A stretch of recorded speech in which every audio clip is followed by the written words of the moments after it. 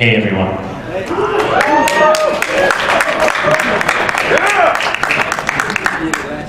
So first of all, before we get started, let's have a round of applause for Brian, for Pete Sinclair, and everyone who has made this family reunion that we're all at right now, every year, a reality for as long as it has been.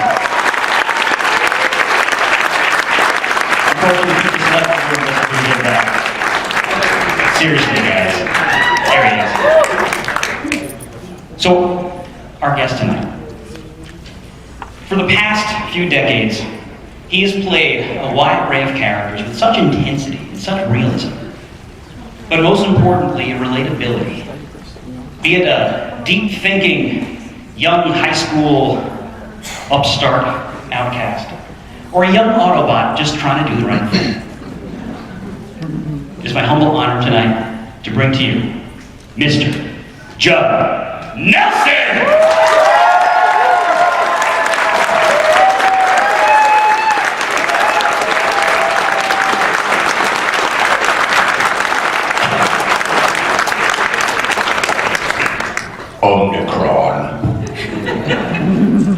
It's a new fan character right here, so at first, everybody recording this? Good, good, good. Somebody animated it later? Awesome. So we're going to do this, same way usually you guys gave me some card questions. We're going to ask you those, but first let's chat a little bit. How you doing? I'm doing okay.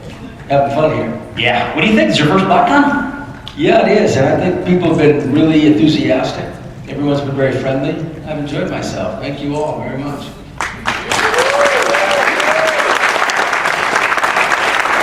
And a lot of people have beards, and I really like that. I have mostly a beard. I haven't, it's an installment plan. One day I've stopped at puberty.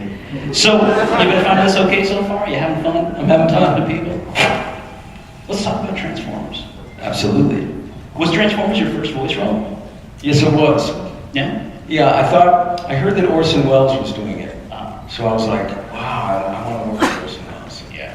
And then got the role, and Orson Welles wouldn't work with anyone.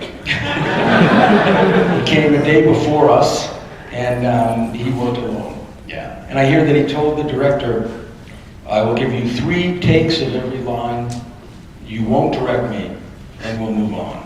And it turned out he was great, so it's Orson Welles. So, how was that experience outside of missing out on Orson Welles? How is that different than your theater and film work? How'd you find voice work? Well, we didn't have any rehearsal, No. which is a little odd. You get the script and you read through it, and then you show up there and you do it. And you had most of the other actors who you were in the scenes with, and you read them. And a lot of these people were just legends. All the voices from all the cartoons that I saw as a kid. There were some great actors, like Robert Stack and Lionel Stander. Yeah. Just, I loved it. I kept asking them questions, tell me about this, tell me about that, and the director was like, come on man, we have work to do. But I really liked it, I thought it was fun. Susan Blu, Yeah. just is incredibly great. There's a fun fact in the questions about her later on. Yeah, no, and I've done some work for her that she's directed on Ben 10. Oh yeah, yeah. And she is so fun and pleasant and positive and fast. And there's something great about you don't have to go through hair and makeup or wardrobe. You just come in like the slob you are, like I am. And you just get right to it. And I really enjoyed it. You also, I find you can take tremendous liberties with the voice. Like things you would never dare do if it were live action. You can make yourself be a complete moron, a complete idiot, go way over the top, and they'll be like, that's not enough, we want more. It's like, okay, you know, so it was fun, it was very freeing, and it's always been fun. And you've done a couple other roles since then. You mentioned Ben 10. You've had a chance to reprise Rodimus at some point and animate it. Which is funny, because now more time has passed in my life since I did Transformers the movie than I lived before Transformers the movie. So I'm like Hot Rod's dad. But yeah, on Ben 10 I played one of the Bens and a couple of other roles like bad guy. It's fun when you get to play a voice that's like more evil. Yes. So it's been great, I dig it. Awesome.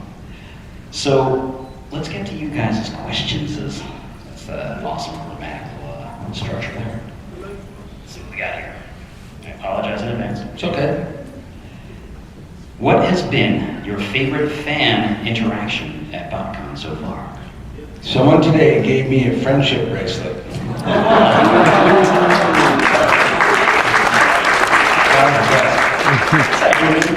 Okay. Do the little David Letterman thing. And the crashing sound like, Awesome. Can someone do that for me? you can do it for you. There you go. Beautiful. Who is your favorite actor that you've ever worked with? That's a really heavy question. I really like them all, but I would say the one I learned the most from was probably John Hurt, the English actor. I did From the Hip with him. And there was a moment where I hate messing up lines. Just hate it. I feel it's my responsibility to know them all before I get there and can't make a mistake like that. And I messed up this line in the middle of a long speech. And I was about to kick a chair. And John Hurt went, "Hold on." And he quickly took off his shoe and his sock. And he showed me his foot and he had this mangled toe. And I went, "What's that?" He goes, "I got upset once. I didn't know my lines. I smashed my foot. It's not worth it." I was like, "Thank you." How did you guys get that story out of him? That's awesome. All right, that's a lot here. What was the name of the movie you did when your character killed a woman and placed them in the lake? Was it Cabin by the Lake? Was that? Yes. Yes, answer that. But there's an addendum to this. It says, also, I had the biggest crush on you during Breakfast Club. This is from half the audience. That's great. That is great. I like the connection to drowning women and I have a crush on you. Yeah.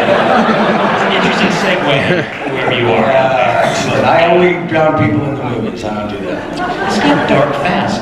Yeah, it happens. It's a kid's show, guys. Come on.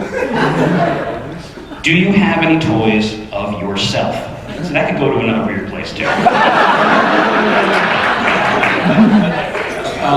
I do not have any toys of myself. I'll leave it at that. We're gonna get so many hot rods by the end of this convention. No, there's toys. So when did you realize that you were so iconic to Transformers fans? Is the other half of that. So when was that moment for you? Maybe it's happening now.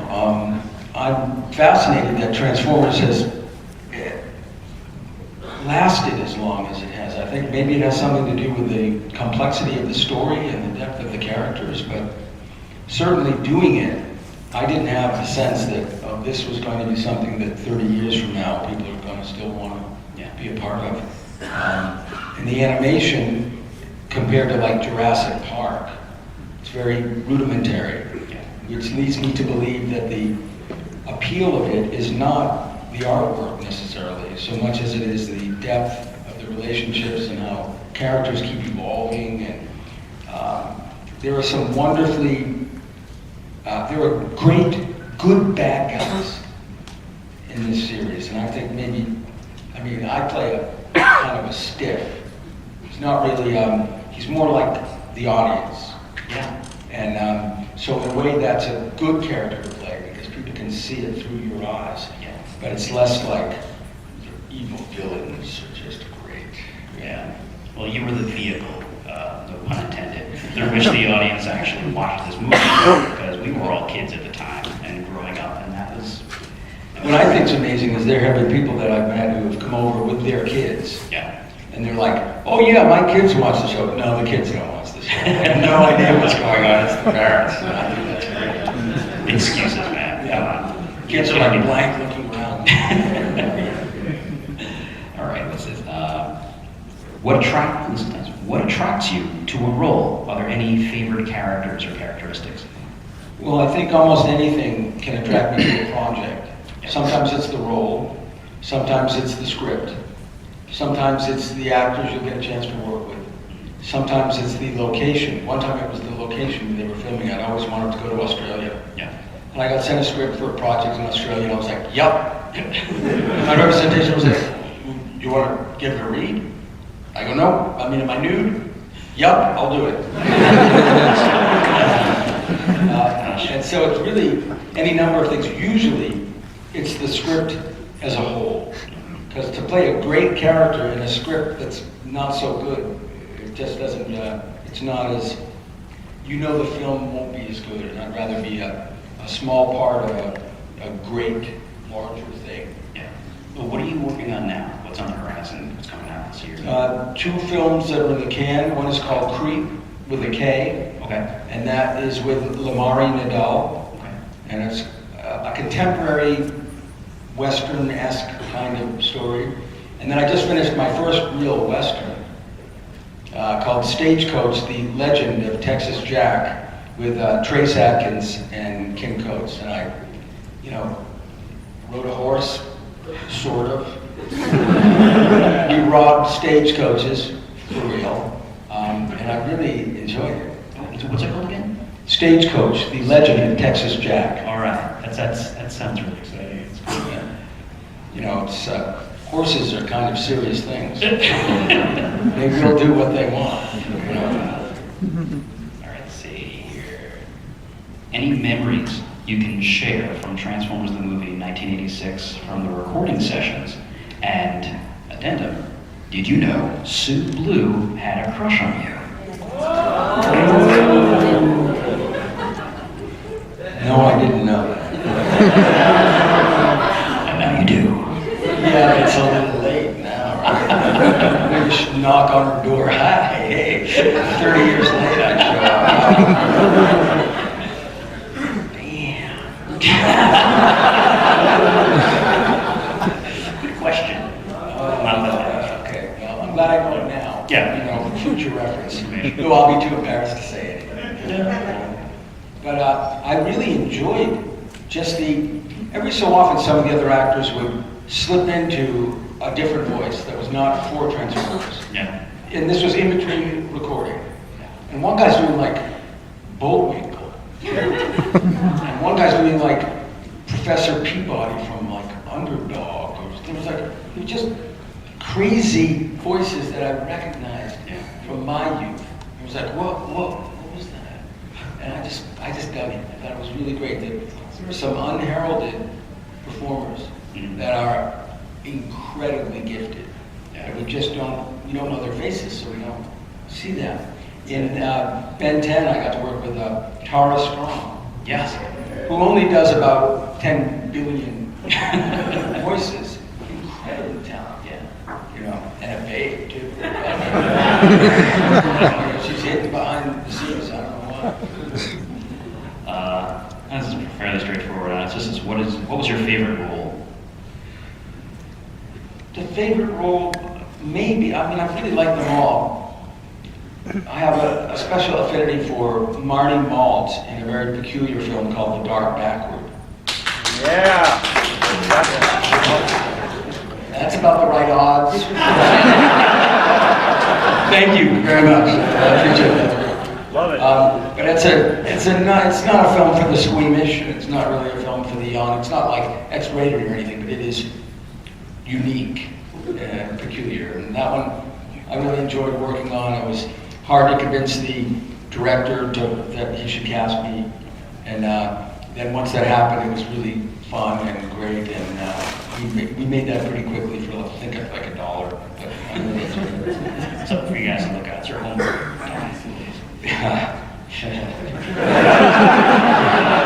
Don't watch it with your kids, really. Be a mistake. The Dark Backward. The writer-director, Adam Rifkin, opened up a book of collected works of Shakespeare and put his finger on it, and that was the term, The Dark Backward, and that's what he named it. That's a real story. It's a real story. That's fantastic. Unless he was lying. Wow. That's a real story for him, yeah. That's how it got its title. That's not how he wrote it, but that's how he got its title. All right. Which form of media do you currently prefer to act in? TVs, movies, voice acting, and I'm going to add in here theater. Well, I think it's all similar. All of them have their strengths or their advantages and their disadvantages. Something that's wonderful about theater is you don't do it until you've rehearsed it, until it's ready. However, when you're on stage and you mess something up, you can't go, oh, hold on a second, come on, dear. So that is not possible. Film, you can sometimes have a rehearsal. For the most part, it's just a blocking rehearsal. They show you where you want to, they want you to be there on that line, maybe be there on that line.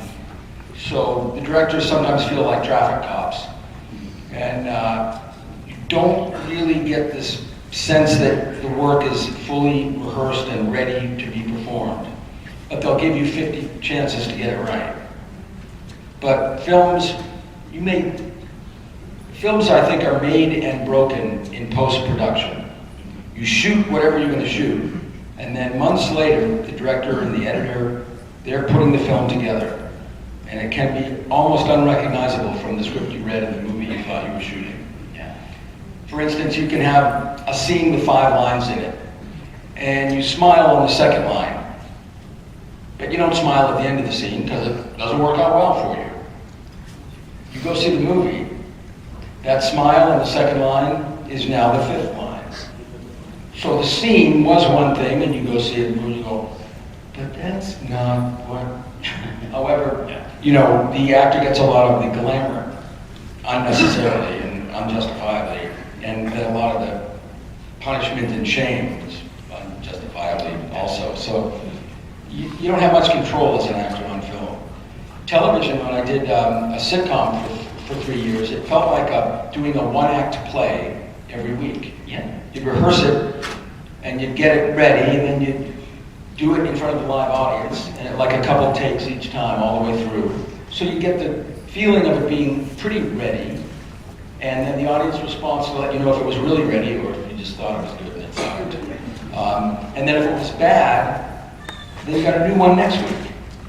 So it was kind of a little bit, I mean, so I like them all for various reasons. I dislike them all for various reasons. I don't have any problem with voiceover stuff. That seems like you go in there, you go for it, and you're done. You know, and then you don't even need to wear pants, it's great. Had I known that about Susan Blu, I would have done that. You know, yes, I tend to wear my clothes there. You know. All right. Coincidentally, next question: do you have any favorite memories from Suddenly Susan? Lots. Well, I enjoyed working on that show.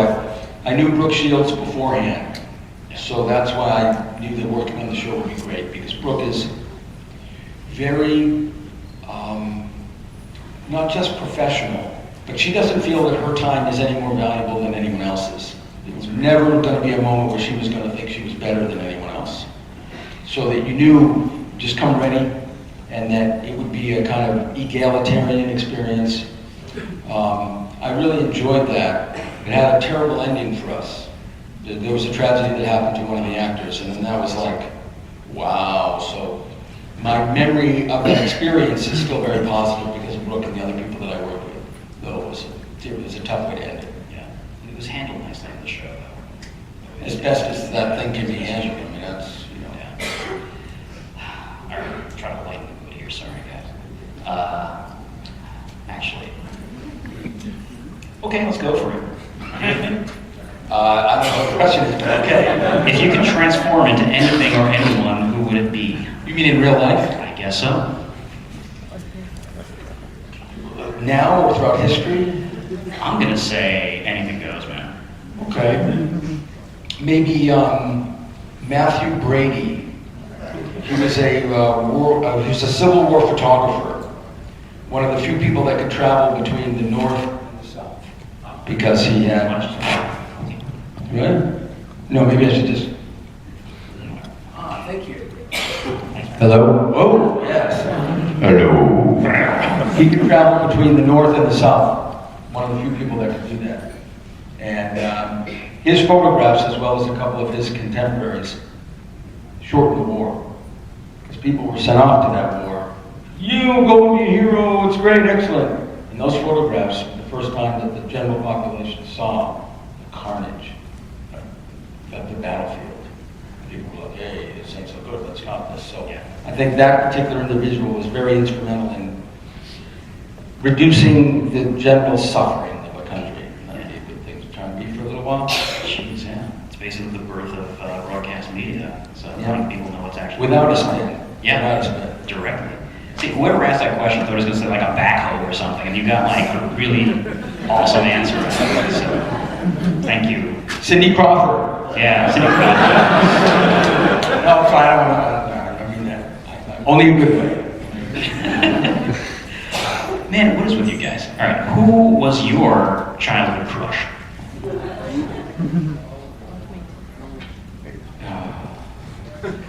You mean of people that people might know?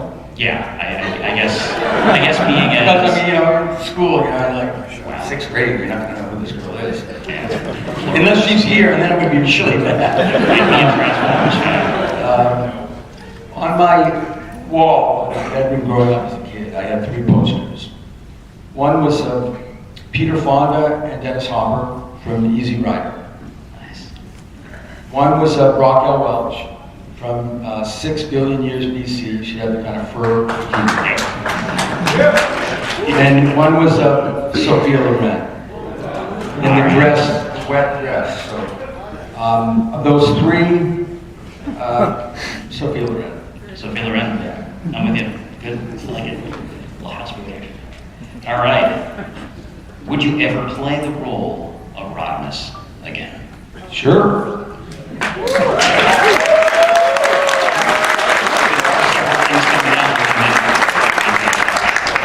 Maybe we should kind of make that content happen.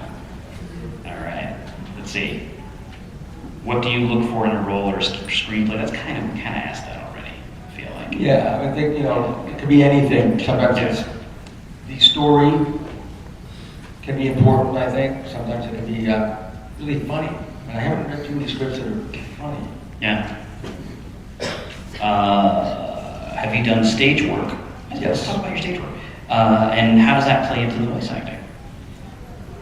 Well, I think that it's important to work with a partner. You know, you don't work in a vacuum. Sometimes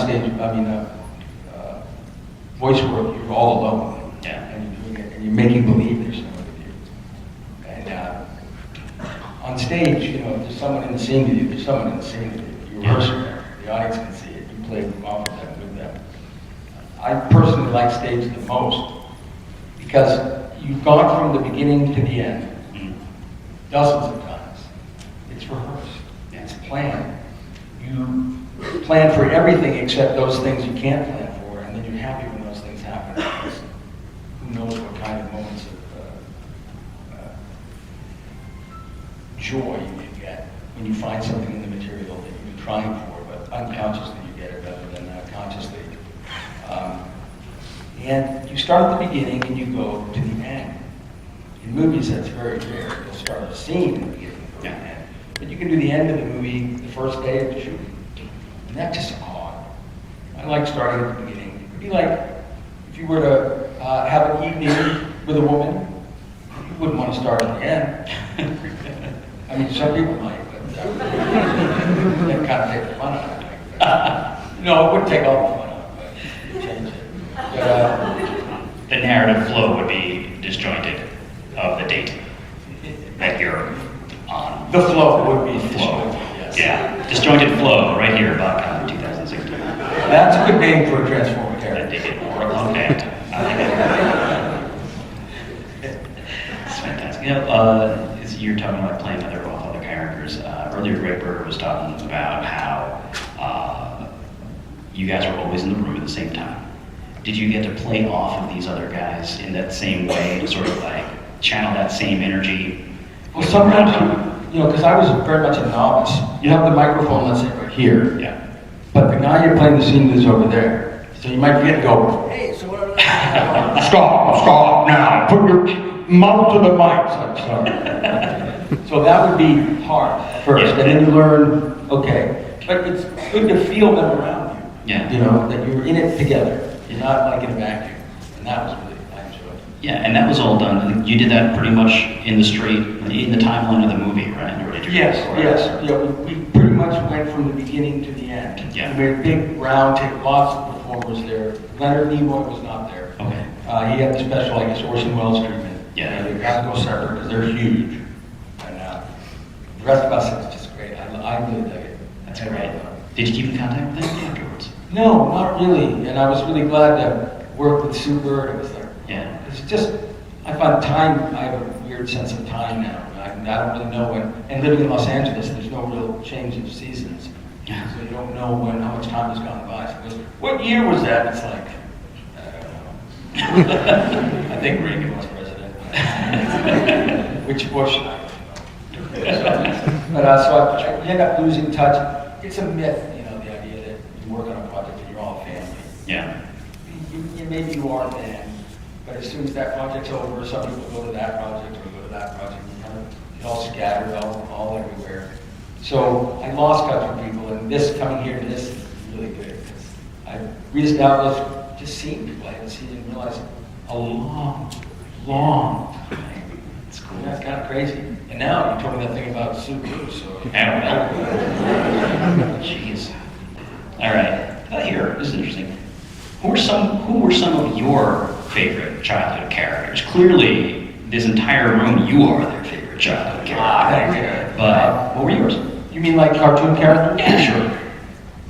Or other things that you Really like Bullwinkle and Rocky. Yeah. I really like Bullwinkle and Rocky. I like that. It's just, I don't know what it was. The ones that I thought were rather peculiar were Davy and, Davy. The Davy and Goliath. Those were, I thought, a little bit odd. When I got older and discovered marijuana, I really liked that show a lot. Don't know really why. I liked Speed Racer because the background moved, but not the car. Again, in that marijuana type. It really, the show that I would go out of my way to see was Bullwinkle. Without a doubt. All the little, just so strange, just wonderful, even pre-marijuana. The fairy tales just got more fractured as the years went on. Yes. All right. In what city did you record the animated movie? Who was there that day? Burbank, California, was where the sound studio was. And there were, I don't know, at least a dozen actors. My favorite of that group, though, was Lionel Stander, who had a role in Heart to Heart. Yes. Gravel, I think. He's also in a great movie, one of the first Roman Polanski movies called Cul-de-sac. Might have been Jacqueline Bissett's first movie. And if you get a chance to see that, it's very odd, as Polanski movies are. I would not let the kids see that one either. But Lionel Stander, that gravel voice, it's great. So Burbank and anything. Which kind of leads into the next question. What was it like working with Robert Stack, specifically Robert Stack? Well, this was before he'd done, the iconic, Unsolved Mystery, all that stuff. So he'd done The Name of the Game. Remember that show, The Name of the Game? It's like one of those CBS movies of the week. And him, Tony Franciosa, I think, did them periodically. So, he had a cool voice, but it wasn't like I was going, that guy, that guy. It's kind of serious. Yeah. So, I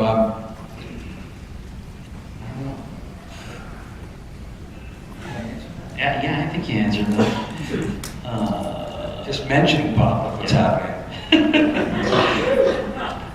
Which kind of plays into this one. What's your favorite pizza?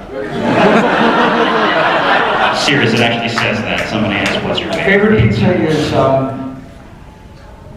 plain, just cheese, but also very close second, pepperoni.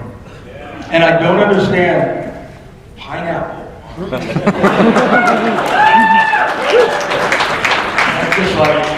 It's like when your tomato sauce gets onto your salad.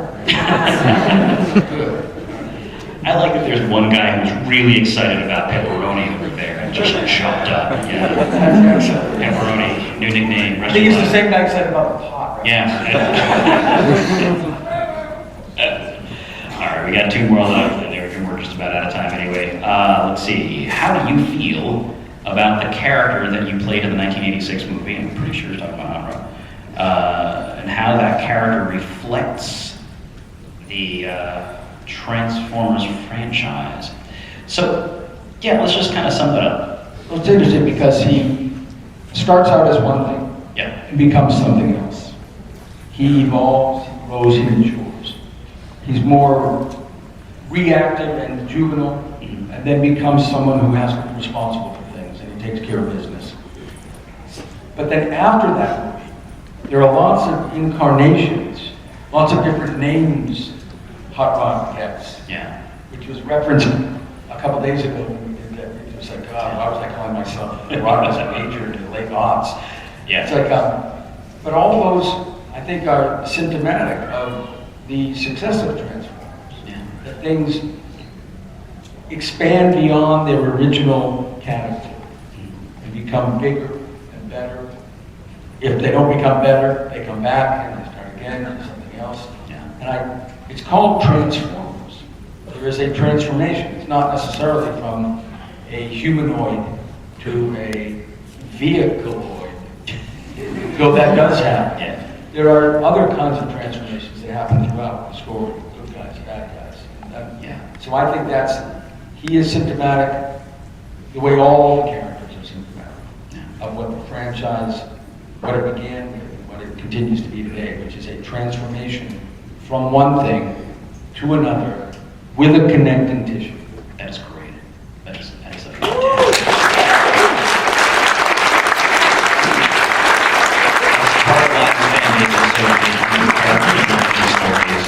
These are characters that grow, these are characters that we can relate to, and that's what you... And that the audience can relate to, which is, Yeah. I find it so fascinating. Yeah. Very cool. This is the hero's journey that Hot Rod was on. Fast, because it's not fast. Exactly. Growing into a Winnebago.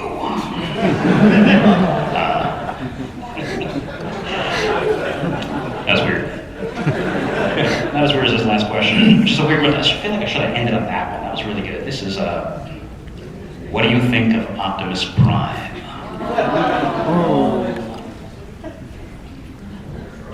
I dig him. Good, everybody. Judd Nelson.